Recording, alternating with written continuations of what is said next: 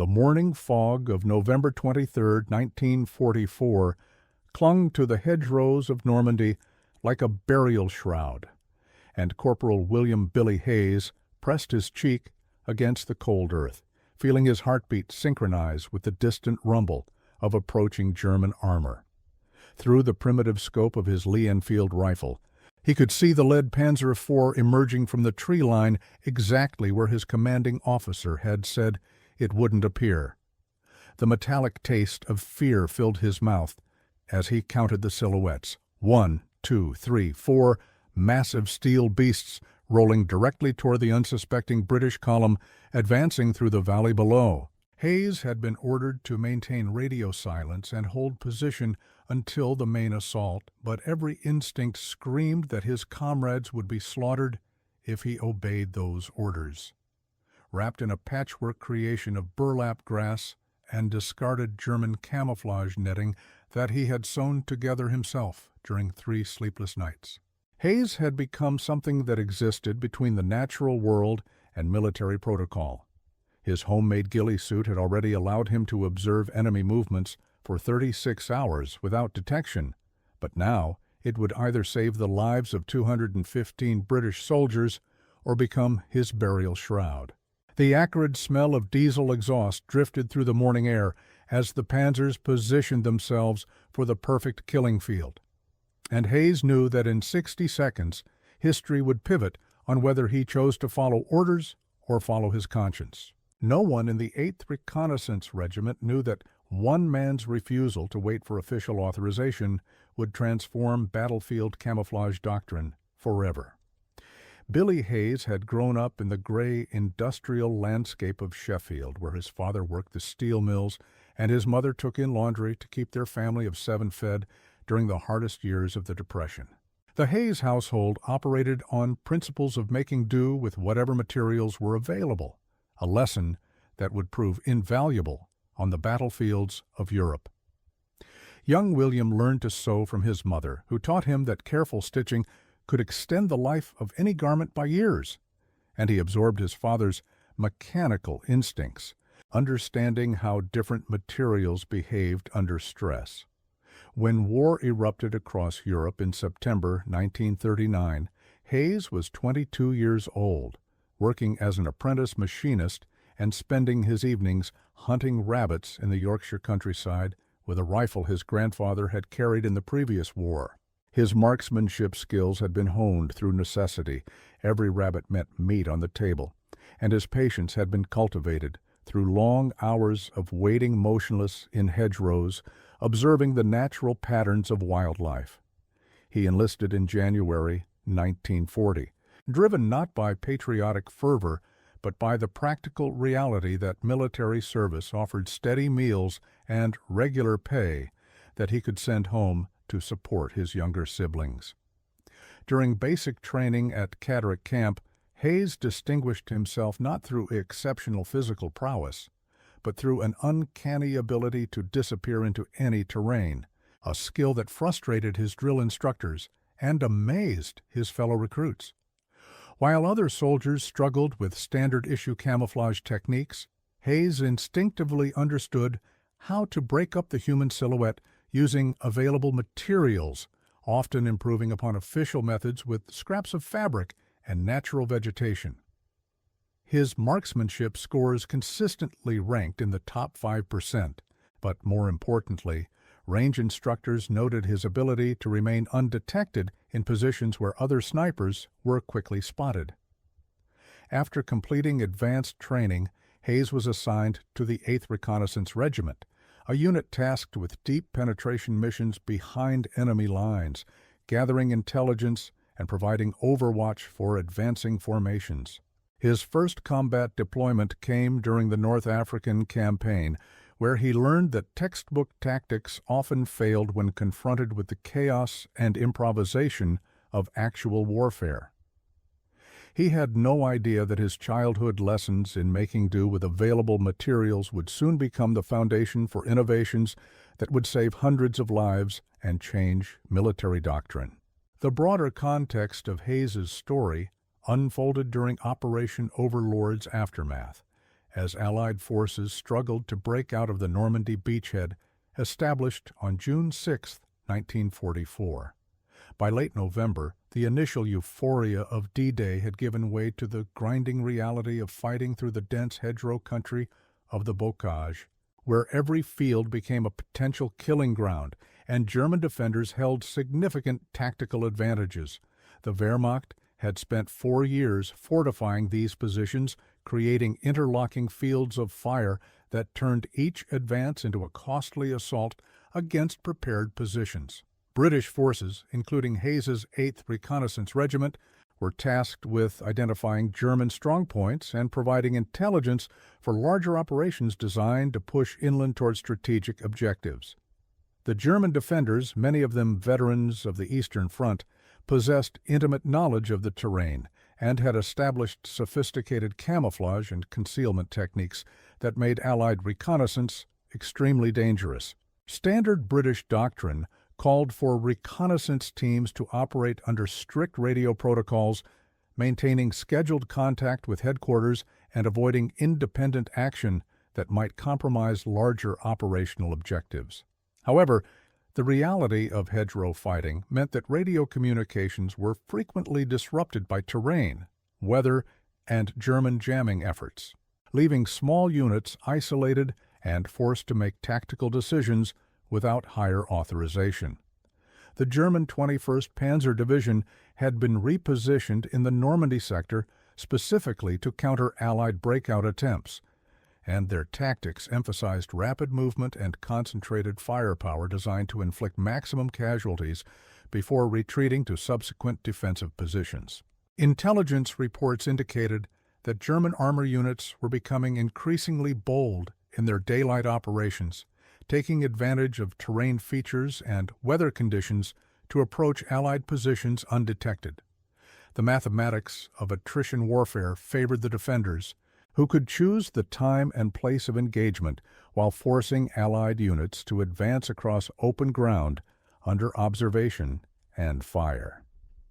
British casualties during the Normandy campaign were mounting at unsustainable rates, with reconnaissance units suffering particularly heavy losses due to the nature of their missions requiring extended periods in exposed forward positions. The strategic imperative demanded accurate intelligence about German movements and positions, but the tactical reality meant that gathering such intelligence often resulted in the destruction of the very units tasked with reconnaissance missions. The stage was set for a confrontation that would test whether innovation and individual initiative could overcome the mathematical certainties of conventional warfare. The sequence of events that led to Hayes's critical decision began 3 days earlier when the 8th Reconnaissance Regiment received orders to establish observation posts along a series of ridgelines overlooking the Sules River Valley. Intelligence suggested that German forces were planning a counterattack designed to disrupt Allied supply lines running through the valley, but the timing and exact location of the assault remained unknown. Hayes's team, consisting of himself and 3 other soldiers, was assigned to observe grid reference 274 Alpha, a position offering excellent fields of view but virtually no natural concealment. Standard camouflage netting provided by quartermaster stores had proven inadequate in the Normandy environment, where experienced German observers could detect military patterns and artificial materials from considerable distances. On the evening of November 20th, while studying the terrain through binoculars, Hayes noticed how effectively local farmers discarded burlap and natural vegetation blended with the surrounding landscape, becoming virtually invisible even from short distances. That night, despite regulations prohibiting unauthorized modification of equipment, Hayes began dismantling his issued camouflage gear and reconstructing it using materials scavenged from abandoned farm buildings and hedgerows.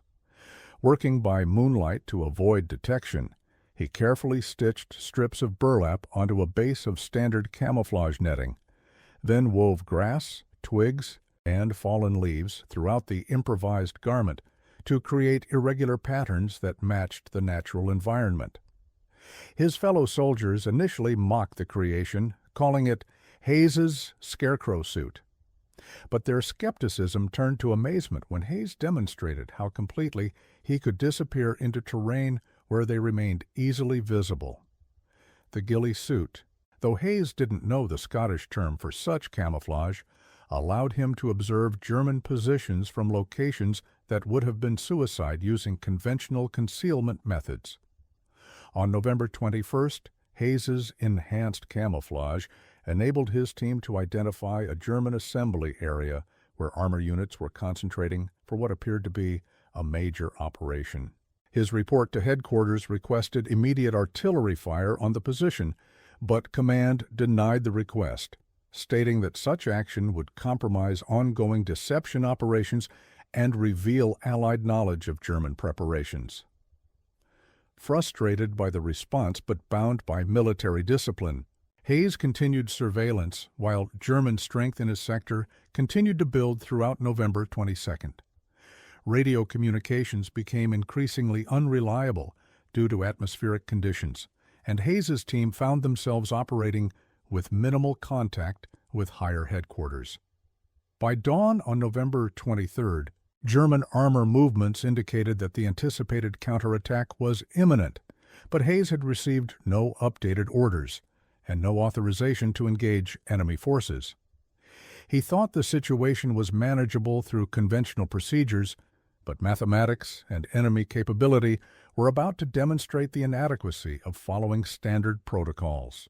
The morning of November 23rd revealed the full scope of German preparations as Hayes watched through his scope while 4 Panzer IV tanks, supported by 2 self-propelled guns and approximately 60 infantry, moved into assault positions overlooking the Sules River Valley.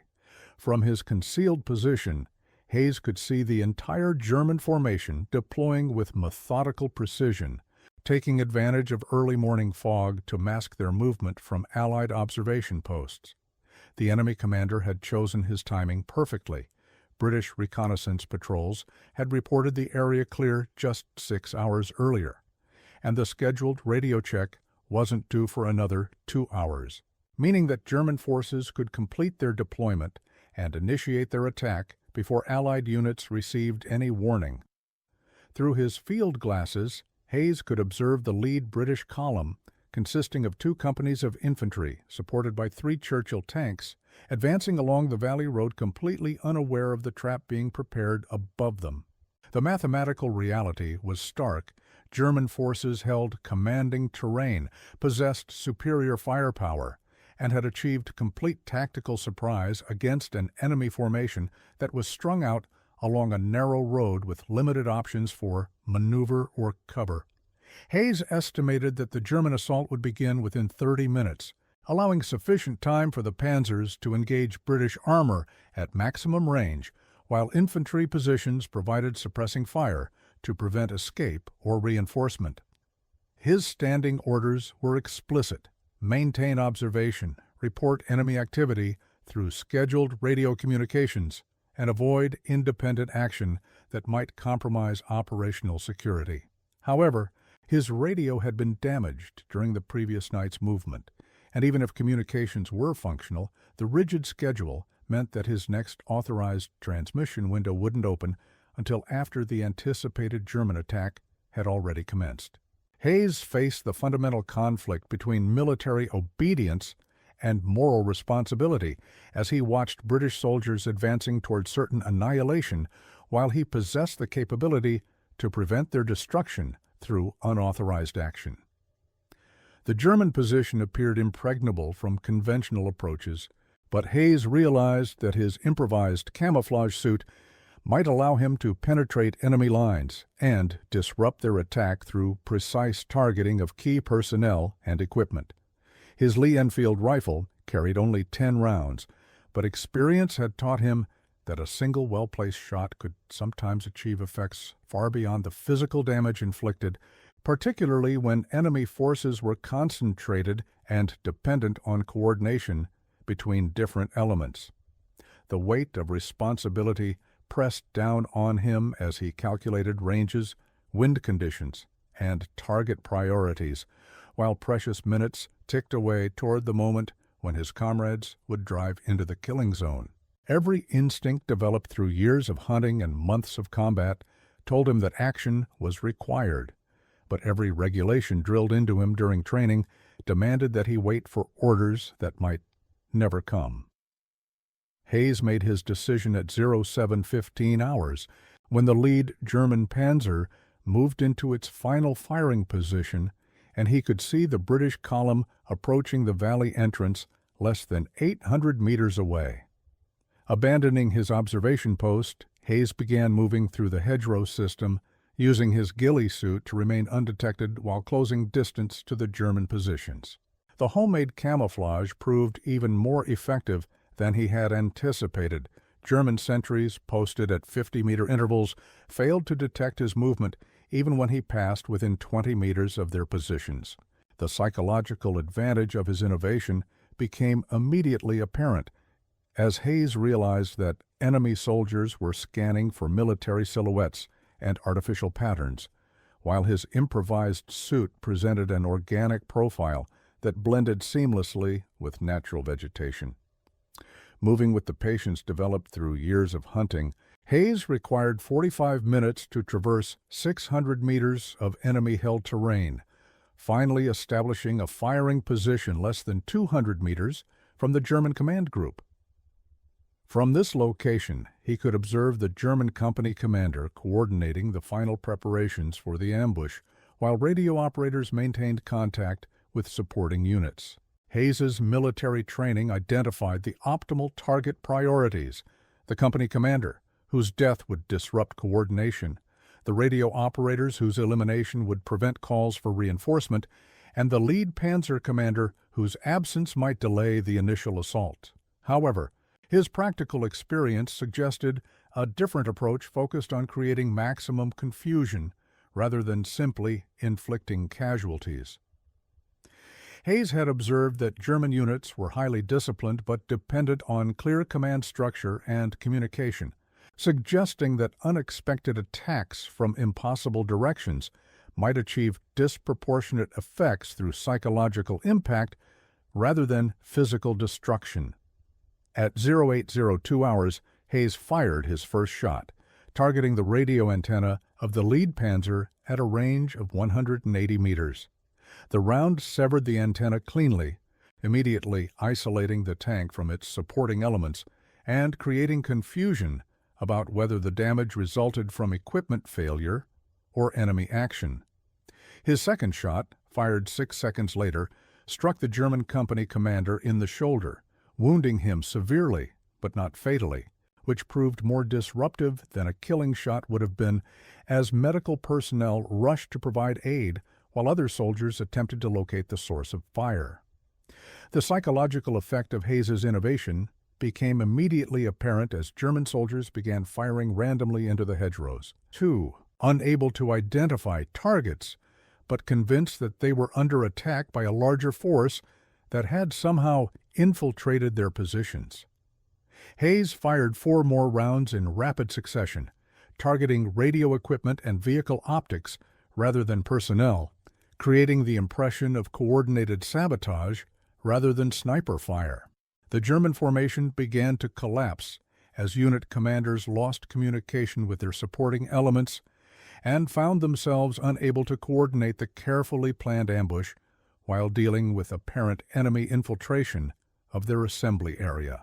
The cascade effect of Hayes's unauthorized action exceeded every expectation as German forces abandoned their assault positions and began conducting defensive operations to counter the perceived infiltration threat.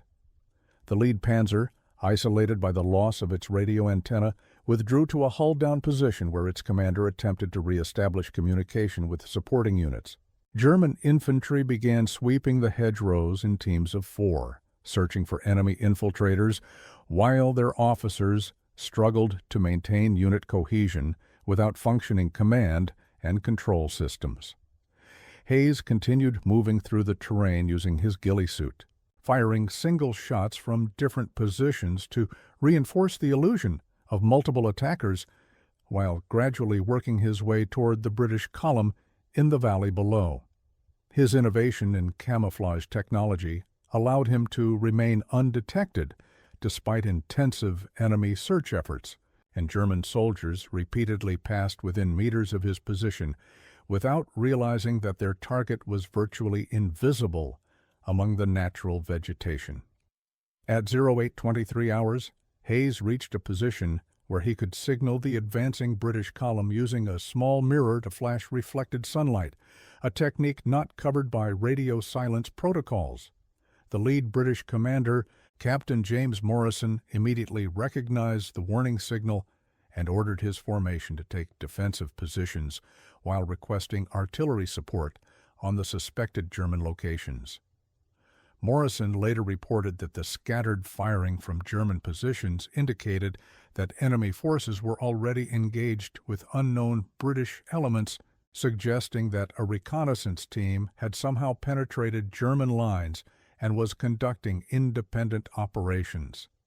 British artillery responded within 12 minutes, delivering concentrated fire on the German assembly area and forcing enemy units to withdraw before they could reorganize their disrupted assault.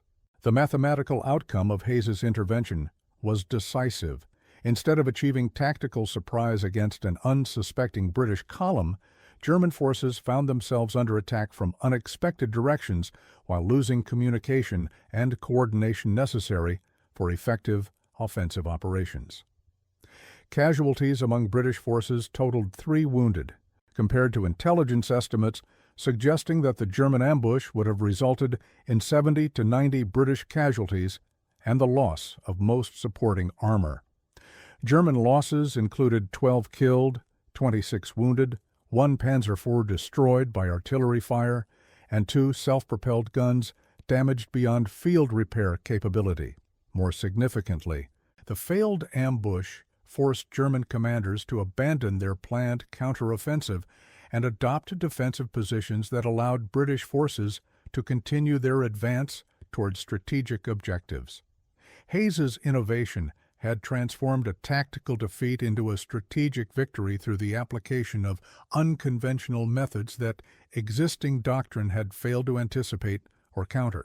The psychological impact on German forces was equally important, as reports circulated about British soldiers who could become invisible and appear behind enemy lines without detection, contributing to declining morale and increased caution in subsequent operations. The immediate aftermath of Hayes's unauthorized action created significant complications within British command structure, as senior officers struggled to understand how a single soldier had managed to disrupt an entire German formation while operating without permission or coordination. Hayes returned to his original observation post at 0945 hours, where he found his teammates anxiously awaiting his return and preparing to report him as missing in action. When questioned about his activities during the previous 2 hours, Hayes simply reported that he had conducted independent reconnaissance to gather additional intelligence about German positions, avoiding any mention of his direct intervention in the pending ambush. However, British intelligence officers quickly pieced together the sequence of events when German radio intercepts revealed the confusion and casualties within enemy ranks that coincided precisely with Hayes's absence from his assigned position. Captain Morrison's after-action report specifically mentioned the mysterious warning signal that had alerted his column to the German threat, leading to questions about which British unit had been operating in that sector without coordination or authorization. Hayes's commanding officer, Major William Thornton, found himself in the difficult position of investigating apparent breaches of discipline while simultaneously dealing with the undeniable success of whatever unauthorized actions had occurred. The official investigation concluded that Hayes had exceeded his authority by conducting independent operations without permission, but recommended that no formal charges be filed given the positive operational results and the difficulty of maintaining strict adherence to protocol under fluid combat conditions. Hayes was quietly transferred to a different unit within the regiment and received an official reprimand for failure to follow orders, while simultaneously being recommended for commendation based on his innovative camouflage techniques and exceptional reconnaissance skills. Major Thornton's confidential report to brigade headquarters described Hayes's ghillie suit as a potentially valuable innovation worthy of evaluation by camouflage specialists and training personnel. Within 3 weeks of the incident, Hayes found himself demonstrating his improvised camouflage techniques to a committee of officers and technical specialists who were investigating methods for improving British reconnaissance capabilities. His homemade suit was photographed, measured, and analyzed by textile experts who marveled at the effectiveness of combining standard military materials with locally sourced natural and agricultural components. The official evaluation concluded that Hayes's innovation represented a significant advancement over standard camouflage equipment, particularly for operations in agricultural terrain, where natural vegetation and discarded materials could be incorporated into specialized reconnaissance gear. However, the report also noted that Hayes's methods required individual skill and creativity that might be difficult to standardize across larger military formations, suggesting that such techniques would be most appropriate for specially trained reconnaissance personnel rather than general infantry forces. Following the war's conclusion in May 1945, Hayes returned to Sheffield, where he resumed his career as a machinist and married his childhood sweetheart, Eleanor Watson, in a quiet ceremony attended by family and a few fellow veterans. He rarely spoke about his military service, preferring to focus on building a normal life, raising 3 children, and working steady employment in the rebuilding industrial economy. However, letters began arriving from former comrades who had survived the war and wanted to thank him for actions that had saved their lives during various operations throughout the European campaign. Many of these men had learned only after the war about Hayes's role in preventing the German ambush that November morning, and their testimonies provided a clearer picture of how his innovation had influenced subsequent military developments.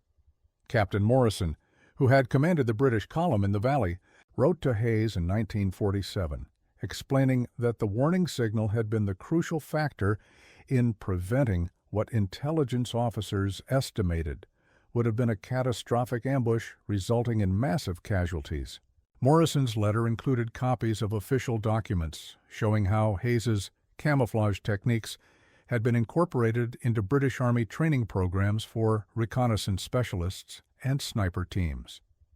Eleanor Hayes later recalled finding her husband quietly reading these letters in the evening, occasionally wiping his eyes when he thought no one was watching, though he never discussed their contents with family members. Hayes's influence on military doctrine became evident through the gradual adoption of improved camouflage techniques that incorporated natural materials and local vegetation into specialized reconnaissance equipment. British training manuals published in 1946 included detailed instructions for creating field-expedient camouflage systems that bore striking resemblance to Hayes's improvised ghillie suit, though his name never appeared in official publications due to the classified nature of reconnaissance operations. American military observers who studied British camouflage innovations during joint training exercises carried these techniques back to the United States, where they influenced the development of specialized equipment for reconnaissance and sniper training programs.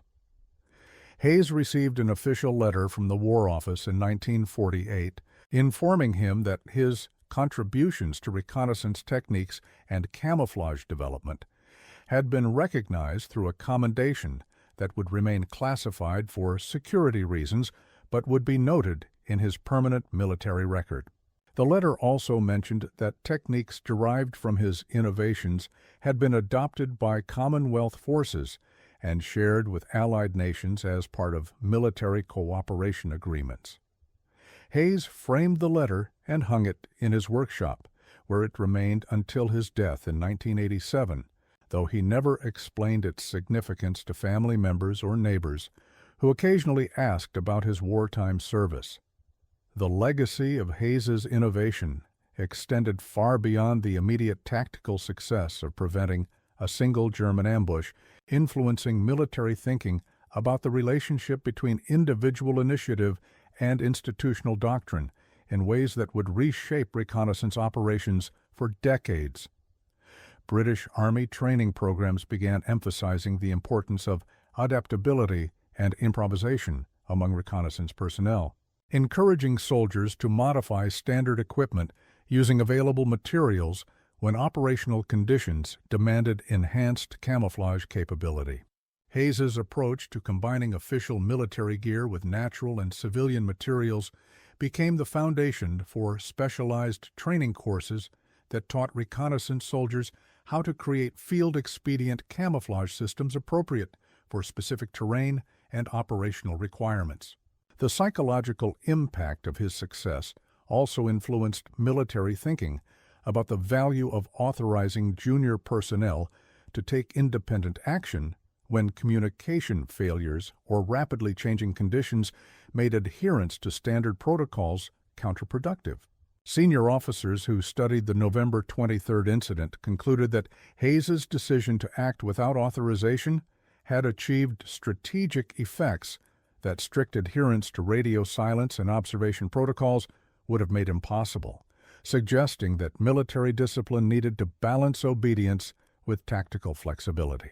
This recognition led to modifications in reconnaissance training that emphasized situational awareness and decision-making skills alongside technical proficiency and adherence to standard procedures.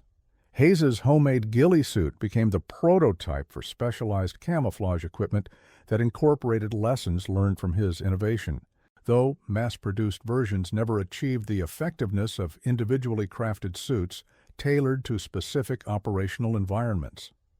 Military researchers who analyzed his techniques discovered that the effectiveness of natural camouflage depended heavily on understanding local vegetation patterns, seasonal changes, and the observational capabilities of potential adversaries, knowledge that required experience and intuition rather than standardized training.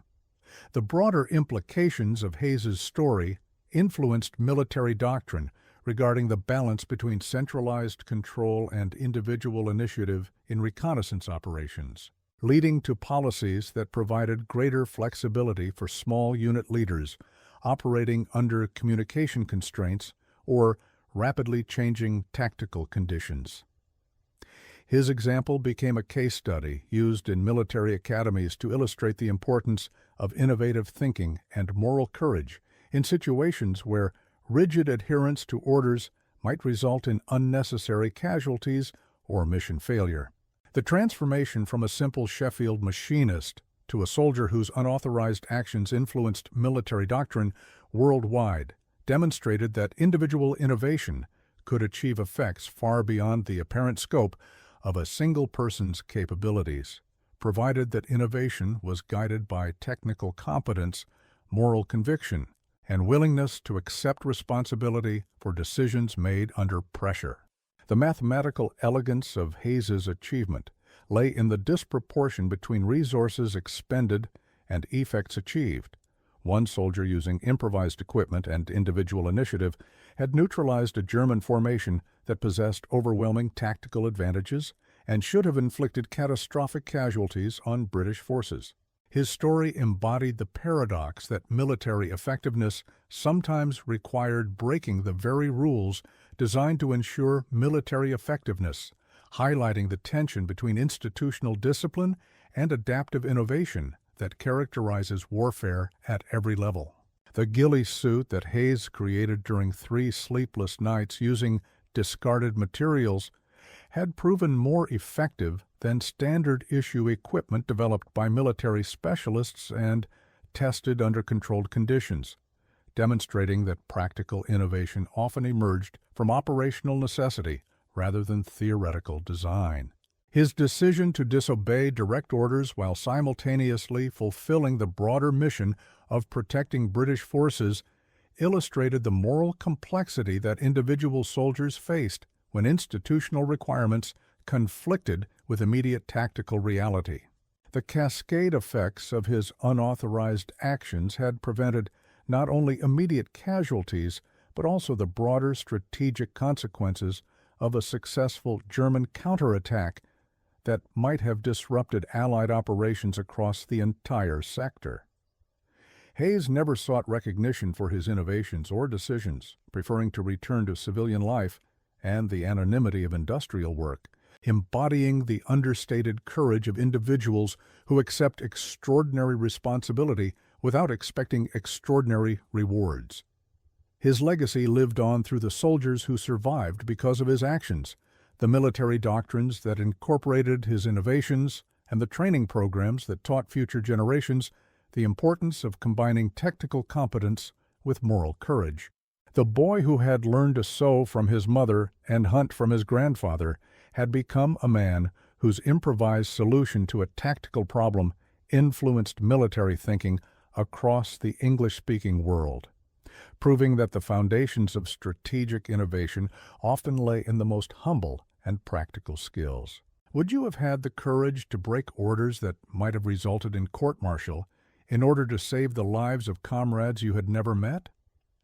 Hayes's story reminds us that true heroism often involves choosing between competing loyalties and accepting personal risk to prevent harm to others, regardless of whether such actions receive official recognition or approval.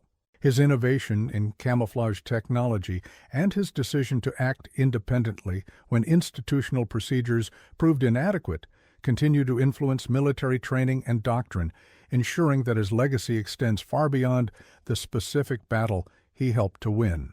Comment below and share this story so others remember that courage means making the right choice even when that choice conflicts with official orders, and that individual innovation can achieve effects that reshape the thinking of entire institutions when guided by competence, conviction, and willingness to accept responsibility for protecting others.